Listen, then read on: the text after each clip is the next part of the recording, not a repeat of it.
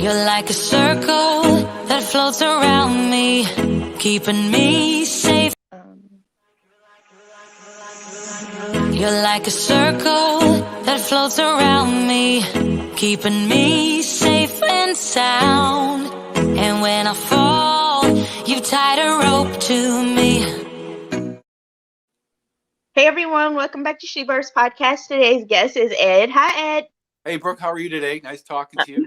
I'm great. Thank you so much for being a guest today on my podcast. Pleasure to be here. Pleasure to be here.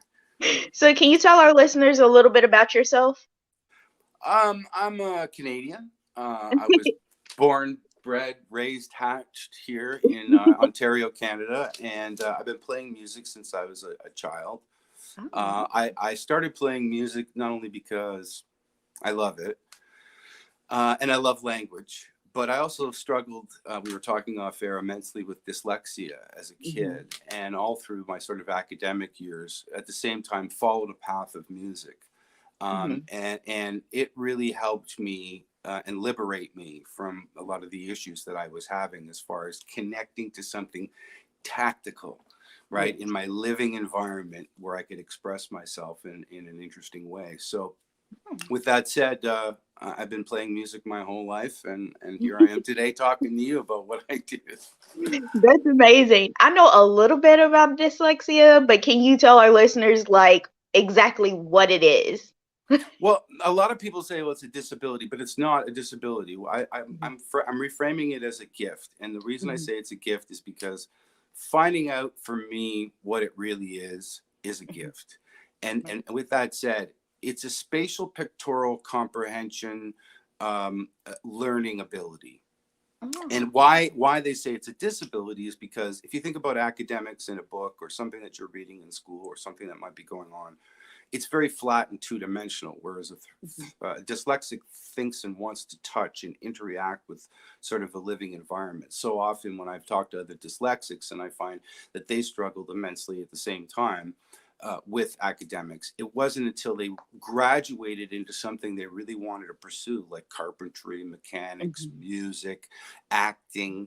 All of those things are sort of related to a more of a three-dimensional tactical environment. So why I say it's a gift is because it gives us the ability to sort of have more of a depth of thinking in terms of like, well, how do you come at this in certain situations from a different perspective? Classic dyslexic all through history, like great musicians like Mozart and Bach and other people like that, we're always flipping things in certain ways in order to look at them differently.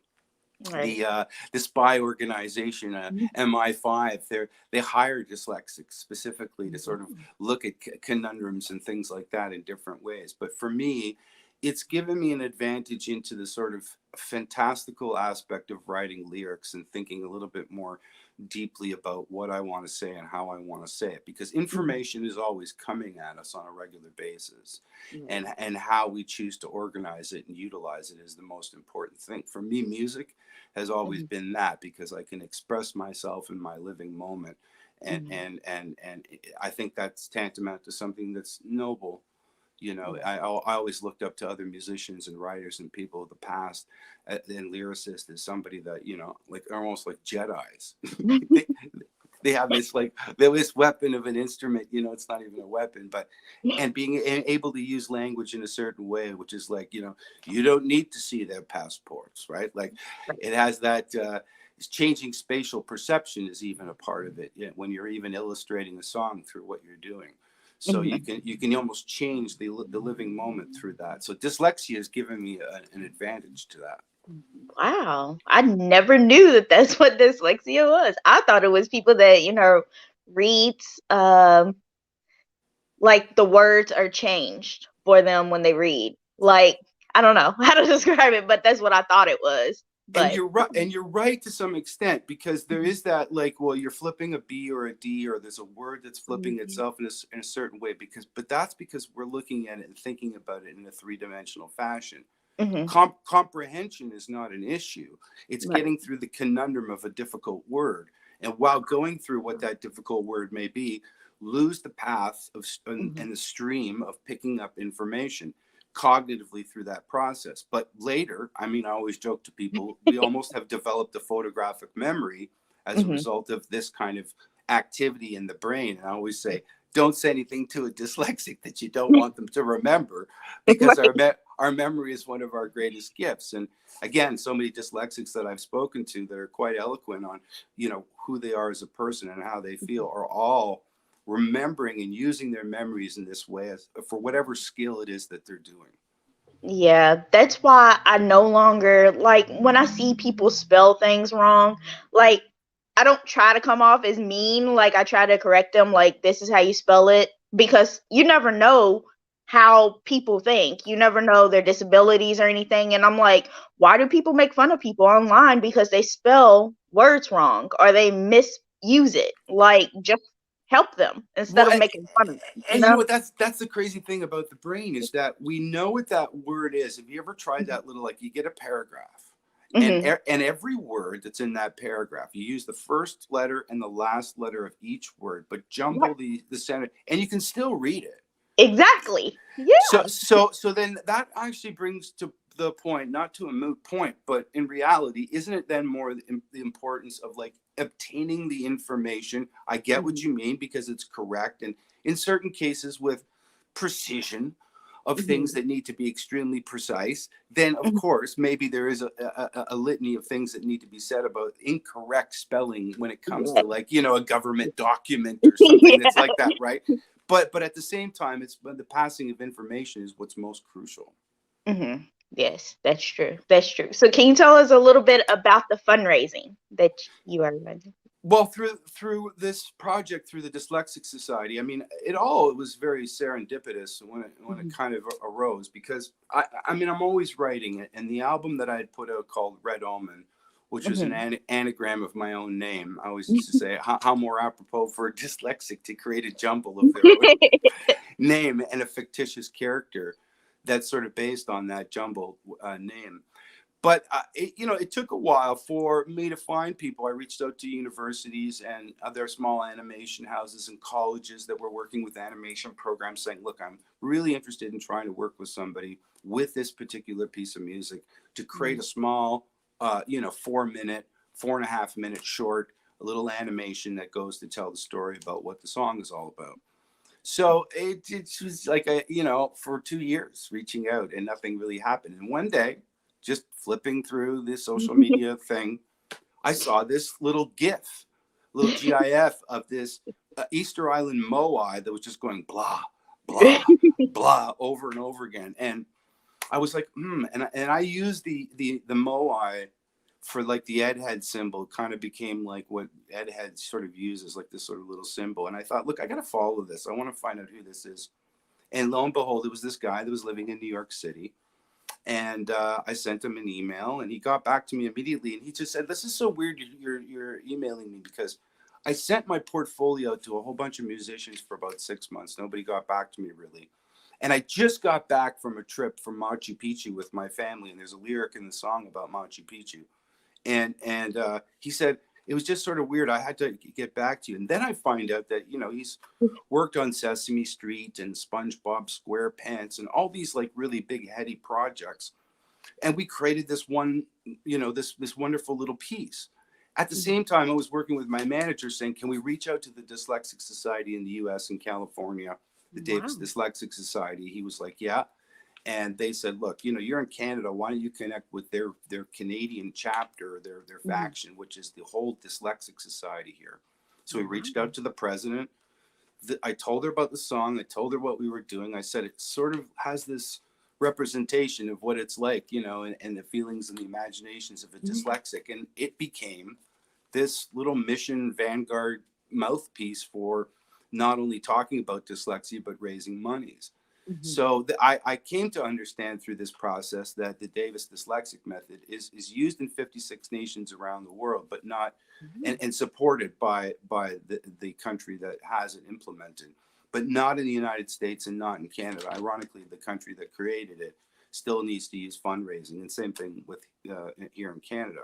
So the facilitating programs for the tutoring that go hand in hand with the fundraising are a part of that. And Red Omen for the last 3 years has pretty much been on a soapbox talking about that. And I'm really happy because music for me is a communicative tool, and it helped me connect with so many people around the world, not only around the world, but with this project. And as I say, this sort of serendipitous kind of way that makes you feel good that you can create a piece of art that can go a little further than just being in the proverbial digital jukebox of people's telephones, right?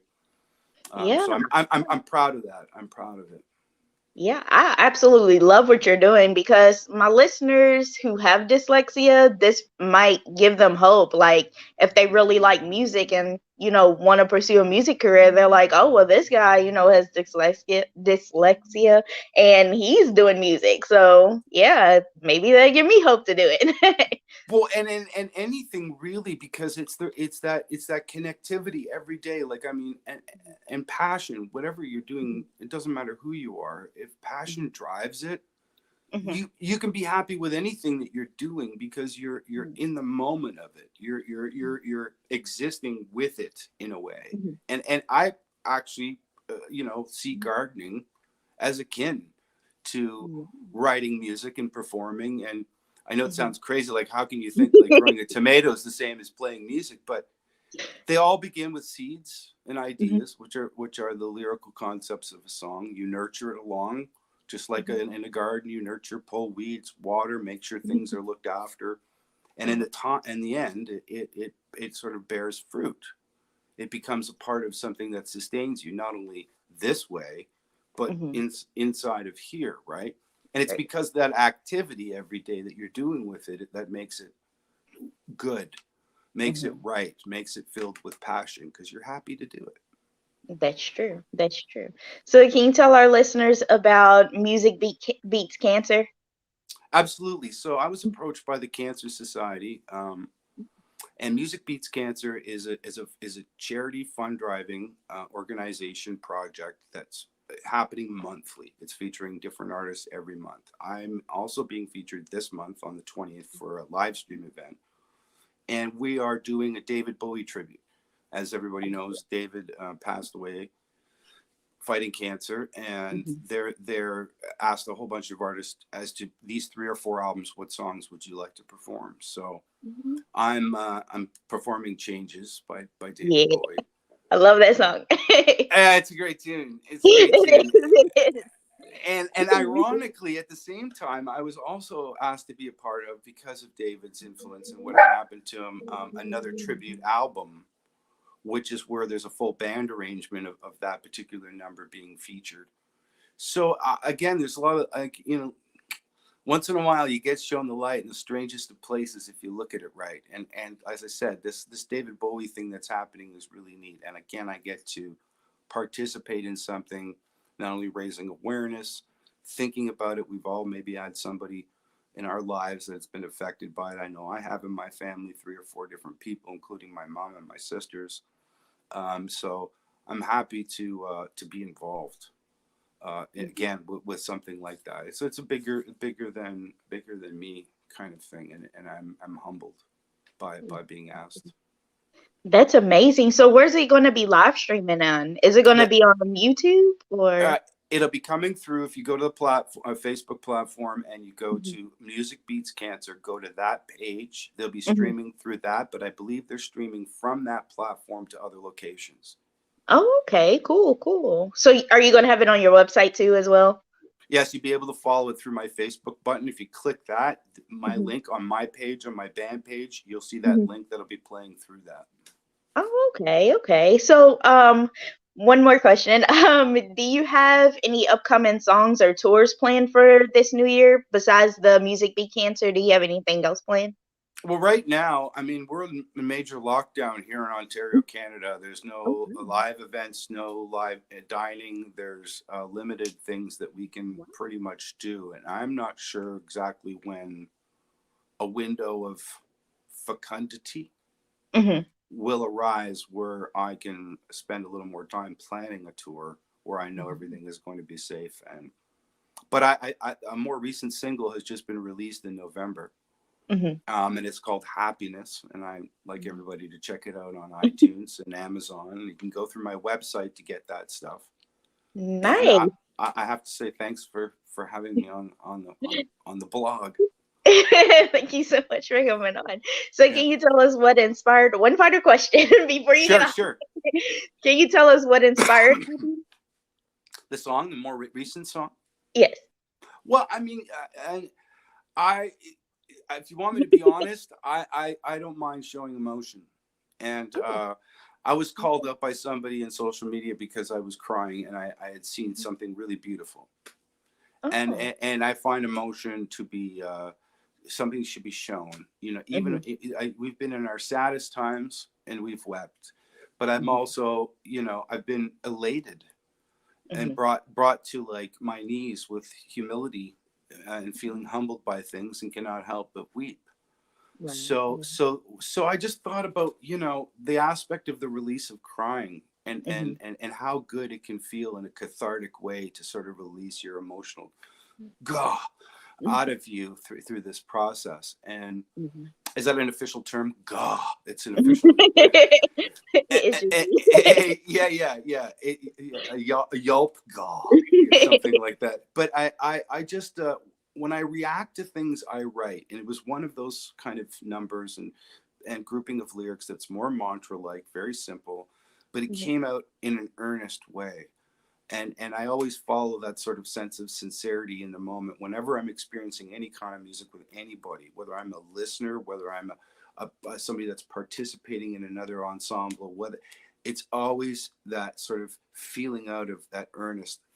It's showing me something. Even the lyrical process sort of pulls you through things. You may have the catalyst of an idea, an original feeling, but so often instead of trying to force an idea, the idea's got a lot more to say if you listen to it, right? So I'm always looking for that in the writing experience in some way, and that song is definitely reflective of like, okay, I'm reacting, here I go, you know, and I pick up my axe and I write this song and I go, I really like the way that feels, and it's kind of got a bit of a tongue-in-cheek thing going on in it, right? That's cool. That's cool. I'm definitely gonna check that out. I might add it to this interview. Awesome. I wanna thank you so much for being a guest on my podcast today and chatting with me. You're welcome, Kentucky. It's nice talking to you. I'm glad we got a chance to connect. You have a great day. You too. Take care. Bye. Thanks. Bye. Hey everyone, I want to thank you all so much for listening to my interview with Ed. I really learned a lot from this interview about dyslexia, and I love what he's doing with Music Beats Cancer. So I hope you all check that out. I hope you all have a great day, and thank you all so much for listening. Bye.